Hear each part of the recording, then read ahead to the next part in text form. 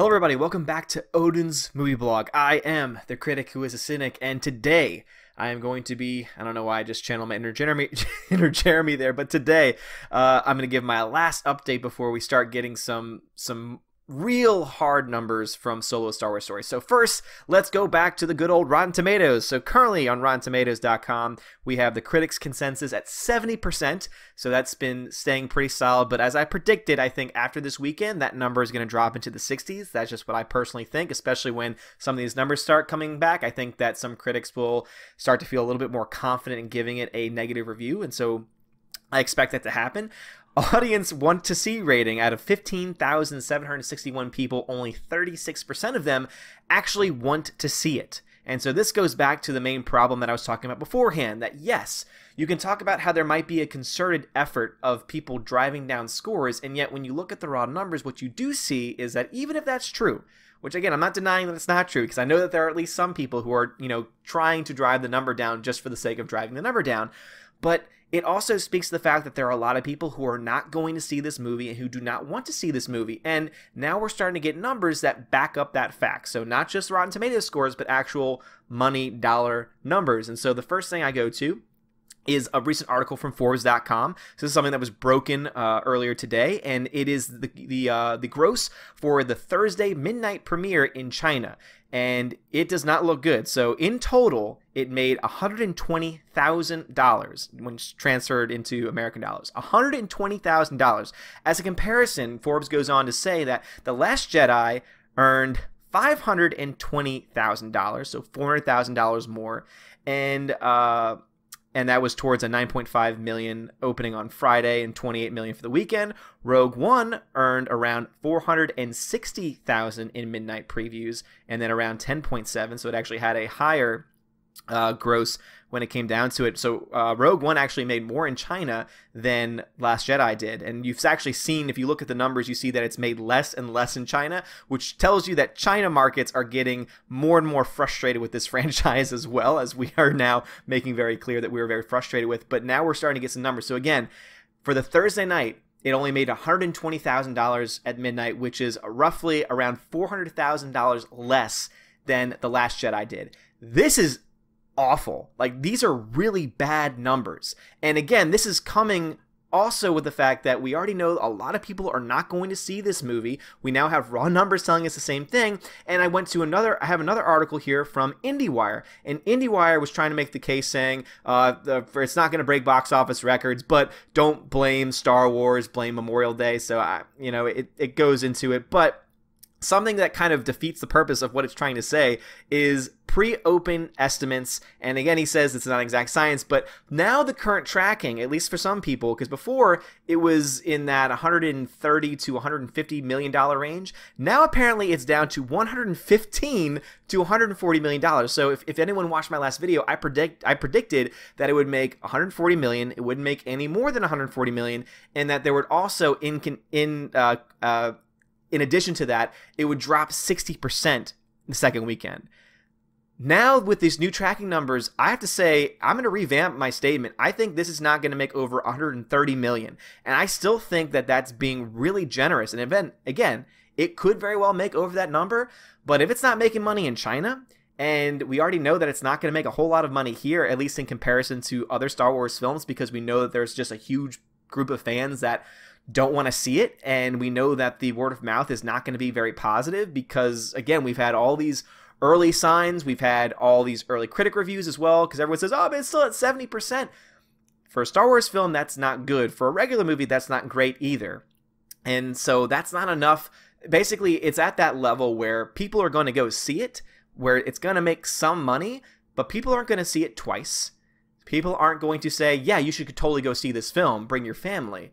And because of that, that's why we're going to see this huge drop-off in week 2. I'm predicting around 60%. So if that happens, you heard it here first, that it would be a 60% drop. And also that it's not going to make a whole lot in comparison to other Star Wars films. So again, Rogue One in its opening weekend made $161.6 million. This film at this moment is at the high end, according to this article on IndieWire, is only supposed to make at most $140 million. This is awful. We have only $120,000 in the Thursday midnight showings for for this film, which is $400,000 less than the last film that premiered there for their midnight showings. And also, this is going to be a holiday weekend. I think that's the thing that is the thing that's most frustrating, is that they say, oh, it's still a lot of money. 120, 130, which is probably the range that's going to make for a 4-day weekend for a Star Wars film, is bad.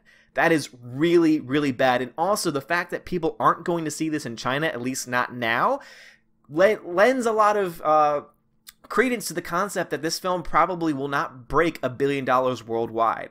Because the next big market, again, when we talk about the Asian markets, China is a huge market. And if they're not going to see this film, then where's that other $100-200 million going to come from that's supposed to boost that film, to boost this film overall up to that $1 billion? If it's making $800 million everywhere else, which, again, just based on the numbers, based on the statistics we have right now, just does not seem to be the case, then where is it going to make this money? And so, yeah, so this is some, somewhat breaking news. Again, this broke about 4 hours ago. I know a couple other channels have covered it so far, but in China, for the midnights, we have some real numbers, $120,000 for the midnight premiere, which is awful. That's a terrible opening. It's going to have a really bad opening tonight because I've posted this on my Twitter. I posted how there was a 6 p.m. fan event tonight at my local theater, which still has about 75-80% of the theater is open. Sure, some of the, the middle of the theater seats have been taken by some people, but for the most part, it is wide open.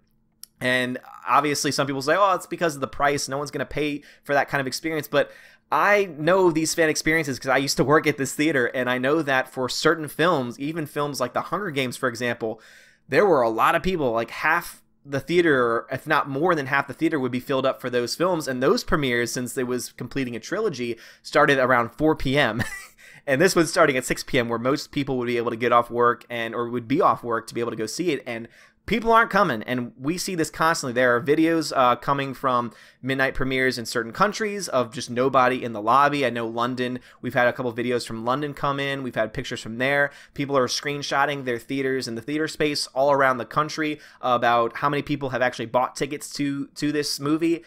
It's not looking good, guys. And again, you can disagree with me. You can say I'm a hater. And again, I'm going to go see this film. I'm not going to give it money. I'm going to buy a ticket to another film and then go see it because I do want to be able to talk about this film in an objective way as far as, actually having seen the film. But again, this does not look good. This does not look good for them. This does not look good for Lucasfilm or for Kathleen Kennedy. And I hope, and I know a lot of us are out there are hoping this could be the nail in the coffin for them to actually change the agenda, to change everything that they're doing with Star Wars, to give it back to the fans, to focus the story on something that we actually want to see, and instead of getting lost in the social justice warrior nonsense. So all I can say is that I think this speaks to some of this stuff having a negative impact on the film overall, and I know it's going to have a negative impact on American audiences because I know a lot of people who are reading articles about, wait, what's this about? What's a pansexual? What is this about Lando being pansexual? Why are they talking about this? What is going on with Star Wars? They're not going to want to bring their families to that. They're not going to want to go through that. They're not going to want to experience that. So things aren't looking good, guys, and again, those are the numbers, and I'll be updating probably by the end of the weekend with some more raw numbers as they come in, but I am adjusting my score. I think $130 million is the ceiling for this film, and I think at this point it's going to be lucky if it hits that. So what do you think, guys? Do you think that it's going to hit $130 million? Do you think it's going to make more? Do you think that it's a sleeper film that's going to make a ton of money and that there's this huge group of fans that are just not putting their opinions on Rotten Tomatoes or on YouTube or anywhere else and are going to show up in droves and buy multiple tickets? Please let me know. Please show me some evidence. Show me some articles. I would love to read that. I would love to have conversations. As I said in all my videos, guys, please be respectful in the comments. Again, I want to have conversations, but if you're just going to come and attack and curse and do all these other things without actually wanting to have a conversation, I'm going to shut that down real quick. So, because that's not what I'm looking for. I'm looking for some really nice dialogue. I've had some really great conversations with people who completely disagree with me. And again, I respect them. I respect them liking the film if they've seen it, wanting to go see it if they haven't. Again, I respect that. I just ask for the same. And also, too, I ask for just to be friendly in the comments and to seek dialogue, because I want to have dialogue with you guys. I want to have conversations because I love talking about movies, which is the whole reason why I'm doing this. Again, I'm doing this for fun. I'm not doing this for anything else. This is just so much fun to talk about, and I've been loving some of the conversations I've been having. So please leave me a comment down below if you like what you hear, and if you do like what you hear, give me a thumbs up. If you don't like, leave me a thumbs down. Either way, share it with your friends if you love it or hate it, so that way you can either hate on me together or love it together. And if you do like it, please give me a subscribe. I would really appreciate that. And hope you have a great day, guys. And as always, God bless.